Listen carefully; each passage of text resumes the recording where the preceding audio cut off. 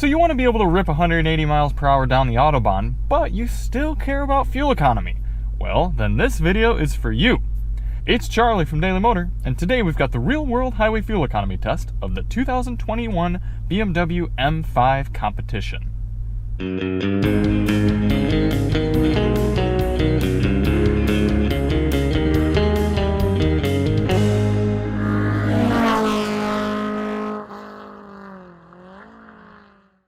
Now typically we do 100 miles on the highway, but because this thing is particularly thirsty, our pockets are not very deep, and it some reason seems that most people on the internet aren't too interested in BMW M car fuel economy. This is going to be an abbreviated test. We're going to go out on the highway and do 25 miles out, 25 miles back, averaging about 70 miles per hour to get you a realistic highway fuel economy average for this beastly sports sedan. Before we get started, let's hop out and take a quick look at it. Just over 600 horsepower coming from this 4.4 liter twin turbocharged V8 motor. This BMW M5 competition goes just as fast as it looks good. I really love this paint. This blue is really shining nice on a day like today. Popping out really cool. This thing sounds amazing with its BMW M Performance exhaust. If you want to see more on the M4, we've got all sorts of coverage. So check the links in the description. We've got Bowers & Wilkins sound system review, full test drive video. It's all good stuff. So why do we do this test? Well, the EPA's highway fuel economy test, which gives this M5 21 miles per gallon, that test only averages 48 miles per hour. We know there are people who use their vehicles for long road trips and would like to know what sort of numbers they can realistically expect in the real world.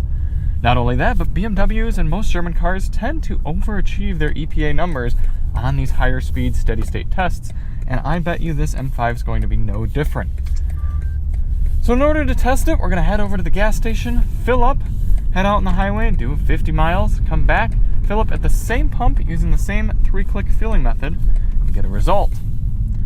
A few things to note for today: outside temperature is 76 degrees Fahrenheit, and we are going to be running the climate control at 73 degrees auto. I've got it a little low right now, 71, sort of boosting it up in here, getting it cooled down, but once we start the test, we'll run at 73 auto. And yes, this is going to use the air conditioner, but that's how people drive in the real world, and hey, without it, I would roast in here. Let's hop out and fill it up.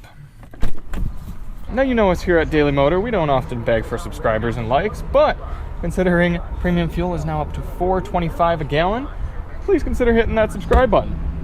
Or if you really want to support us, sign up to become a Daily Motor member. You get membership perks, you get to see behind the scenes videos that not everybody gets to see, and you might be able to actually request certain tests for us to conduct on the car. So if you really want to help us out, hit that link down there and become a Daily Motor member. What's going on, man? I'm Charlie. Phil. Nice to meet you. I watch your videos all the time. Yeah? No way. Yeah. Well, this will be up in a few weeks then. Nice. Cool, man. Glad to hear it. Yeah, Glad you enjoy. Take care. Yep. 3.996 gallons going in for the initial fill. Before we actually start the engine, we're going to reset our GPS and reset the car's trip computer. Set the climate control to 73, and we're ready to go. And believe it or not, there is actually an efficient drive mode for this engine transmission, so we do have it set in efficient. We're going to head over to the highway. It's about half a mile away. Pick up the test from there. The goal of this test isn't to hypermile, but rather to drive nice and easy as one might on a long road trip. So in order to do that, we're going to get up to highway speeds here, nice and easy, which really is no trouble at all for this car. It's just barely breathing on the gas. We're going to set our cruise control to a GPS indicated 73 miles per hour. If traffic's not too bad, this should allow us to average about 70 for the entire trip. It's so easy to speed in this car. You just barely lean on the gas and all of a sudden you're speeding. Looks like we're going to have to do about 75 on the dash to do 73 on the GPS, so a little bit of an offset there. This should be a great highway cruiser. We've got massaging seats, a Bowers & Wilkins audio system, semi-autonomous driving. Should be able to settle right in and cruise. So check on in with us at the end of the test. In the meantime, enjoy this time lapse of the entire trip.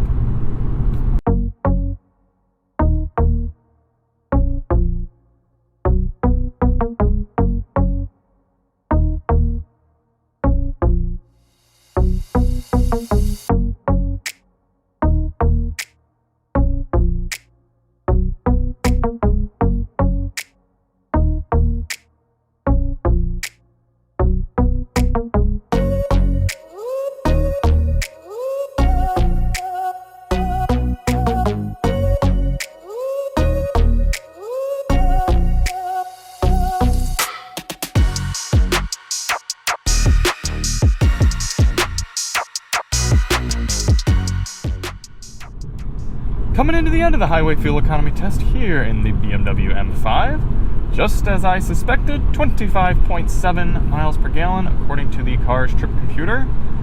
We did average 69 miles per hour, so that's about the best we could expect, cruising along at 73 miles per hour. We did get slowed down by a semi-truck coming back onto this highway, so maybe without that we might have been able to sneak up to 70, but either way, this is still giving you a pretty good highway cruising estimate. Overall, the M5 is a good highway burner. If you were going to do a lot of miles and all you wanted was a powerful, luxurious 5 Series, I would opt for the Alpina B5. That's going to be just as fast and powerful, but smoother and more luxurious looking and feeling. This is more sporty, the ride's firm, but it's definitely not a bad highway cruiser by any means. The Bowers & Wilkins audio system is quite good. Check the link in the description if you want to see our review on that. You can see right there, I'm bouncing up and down over those expansion joints. Oh, we're going to take it nice and easy back to the gas station, fill this thing up, and get a result. We ended up putting in a grand total of 2.009 gallons into this thing. So after 54 miles divided by 2.009, that's given us an amazing 26.9 miles per gallon, rounding up to 27 miles per gallon. Now keep in mind, EPA was only 21. 27 miles per gallon times the fuel tank, 20.1 gallons, is giving you 540 miles of cruising range at 70 miles per hour here in the BMW M5 competition. Now, good luck keeping your foot out of the gas and keeping this thing out of boost, because you're going to want to hear this end performance exhaust rumble. But if you keep it nice and easy, you can get some impressive numbers. Thank you all so much for watching. If you want to see more on the M5, we've got a review of the Bowers & Wilkins audio system and a full review. Check the links in the description for those, and we'll see you on the next one. I'm Charlie from Daily Motor, and as always, drive on.